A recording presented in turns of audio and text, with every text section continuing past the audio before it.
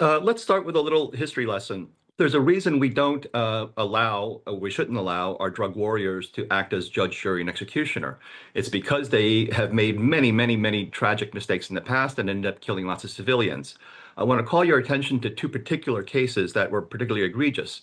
Number one happened in April of 2001 over the Peruvian Amazon, where the United States had what was called the air bridge denial strategy to basically use local air forces to shoot down planes that were suspected of being drug traffickers. And in this particular case, a CIA spotter plane, a contractor, misidentified a plane, a pontoon plane. They thought it was a drug trafficking plane. They called in the Peruvian Air Force. By the time the two fighters arrived, they realized they had probably made a mistake. It didn't look suspicious, and they begged the planes not to shoot. And of course, it was too late, and they opened fire, and they ended up killing a U.S. missionary, Veronica Bowers, and her infant daughter, Chastity Bowers. The link just dropped. It's a little over a 1 minute long network news summary of what happened, and it's quite graphic, and you should take a look at it. Second case I want to talk about is Aguas, Honduras in 2012, where the DEA opened fire along with local forces against basically a water taxi.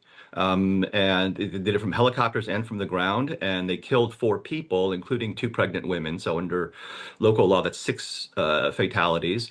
They basically machine gunned a water taxi, and they were traveling at night, which makes perfect sense in these regions where it's incredibly hot to be traveling by daytime in an open boat. And so another link just dropped to that story by Charlie Savage, the New York Times. Now, I think what attracts Trump to this, what seduces him, is the type of power this gives him. That he covets the kind of power of the wrathful God of the Old Testament. The idea that you can smite anyone who displeases you from the heavens without consequence or repercussions. Choose your favorite deity, whether it's a thunderbolt from Zeus or Thor's hammer, but this is the kind of power that appeals to him. And if he's allowed to normalize this kind of international extrajudicial killing, I don't think it's a far leap for Trump and Stephen Miller to try to normalize this domestically. Imagine a cop chasing a guy down the street for 5 blocks and says, "Well, it's a hot day. I didn't feel like chasing him for another 5 blocks, Your Honor. So I took out my pistol and I shot him in the back." We know that this happens all the time in the United States, but they don't say this in a court of law. They would never use that to defend themselves. And yet here's the president of the United States declaring this on the international stage. This is exactly what we're going to do. We're not going to do police work. We're just going to simply kill people outright. Now, imagine now the shoe's on the other foot. So imagine there are only 2 legal gun stores in all of Mexico, right? And most of the killings are done by guns smuggled from the United States. And they call it the River of Iron that has slaughtered literally hundreds of thousands of Mexicans in the past 20 years. Would it be okay for the Mexican military to blow up a U.S. fishing boat because they believed it was smuggling deadly guns into Mexico and offered zero evidence? Would that be acceptable to this administration? If not, why not? And the only explanation I can come up with is imperialism, because we said so, and that's that. Now, the U.S. is not under armed attack from drug traffickers, just the opposite. Consumers in the United States are, if you will, begging to be attacked with these drugs and have been more than willing to pay grossly hyperinflated prices for the privilege of being attacked by these drugs. In fact, they are willing to risk prison just to hand fistfuls of dollars over to drug traffickers. So just as alcohol drinkers were once willing to pay bootleggers vast sums of money for the booze, the effect of prohibition, whether drugs or alcohol, is that so long as there's high demand, we end up giving an indirect price support to these smugglers who are willing to smuggle what are essentially minimally processed agricultural and chemical commodities that cost pennies per dose to manufacture.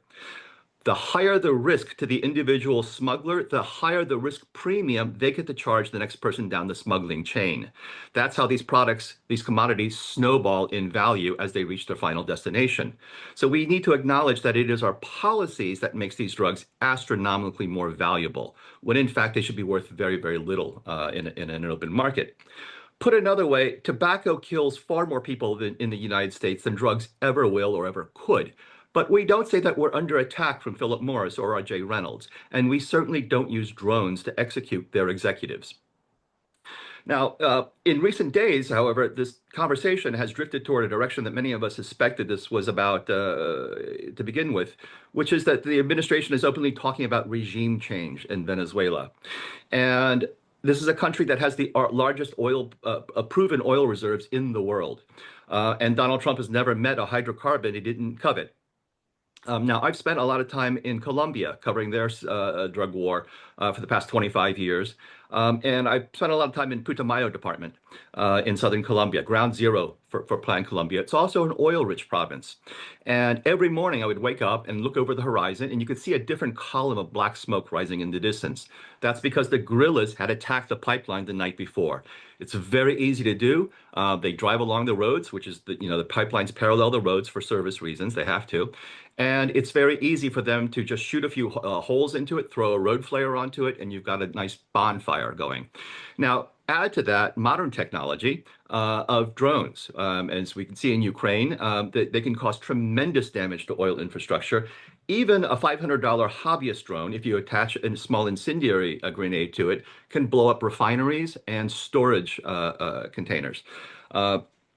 So I think it's incredibly important that we disabuse this administration of the idea that they can simply install a new government and take the oil. You cannot extract oil without relative peace. And to achieve that, you need a modicum of legitimacy. So a small band of resistance fighters in Venezuela and a small amount of money can cause tremendous damage for a very long period of time. And I'll drop a link here to some images. You can see for yourself what it looks like to attack pipelines and how easy it is. And finally, I think we need to take apart this idea of narco-terrorism. This is something that was attempted back in 2002, 2001 by the Bush administration, but that was more to fuse the war on terror and the war on drugs to get funding vehicles through Congress. This is much more about doctrine change and changing the laws. And these are incredibly complicated phenomena that have different sets of motivations and different solutions. A drug trafficker is motivated by money. A terrorist is motivated by ideology and grievance. And whatever doesn't kill them only makes them angrier in many ways. And so if you bomb a drug trafficker, you escalate the risk premium to everyone else in that industry. It sucks if you're the one who's killed, but for everyone else within the smuggling operation, they move up a rung, or rival cartels take over that turf. It's wide open now for them to take. Similarly, bombing terrorists, these masculine kinetic solutions that Hegseth likes to brag about, tends to cause a lot of collateral damage, and it can increase public support for people who are sitting on the fence. Imagine the wedding parties who blew up in Afghanistan during the occupation there. And so these kinds of one-size-fits-all solutions to a complicated problem ends up amplifying the motivational feedback loops of the very people you're trying to stop, right? Terrorists want the war on terror to end, but drug traffickers are terrified the war on drugs will end because they can no longer make easy money once prohibition is lifted. And so we need to look at the origins of these problems and attack them separately. And both of those problems require precise policing solutions, not militarized solutions. Thank you.